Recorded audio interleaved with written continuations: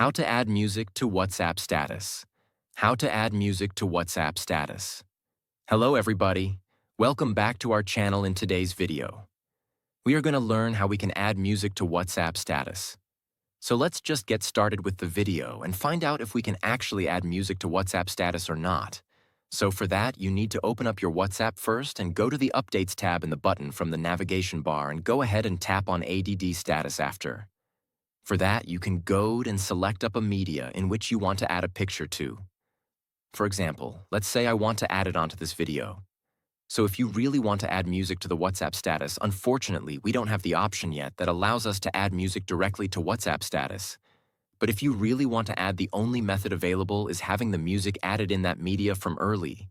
So you can just go ahead and use of editing applications and add me music to your WhatsApp videos.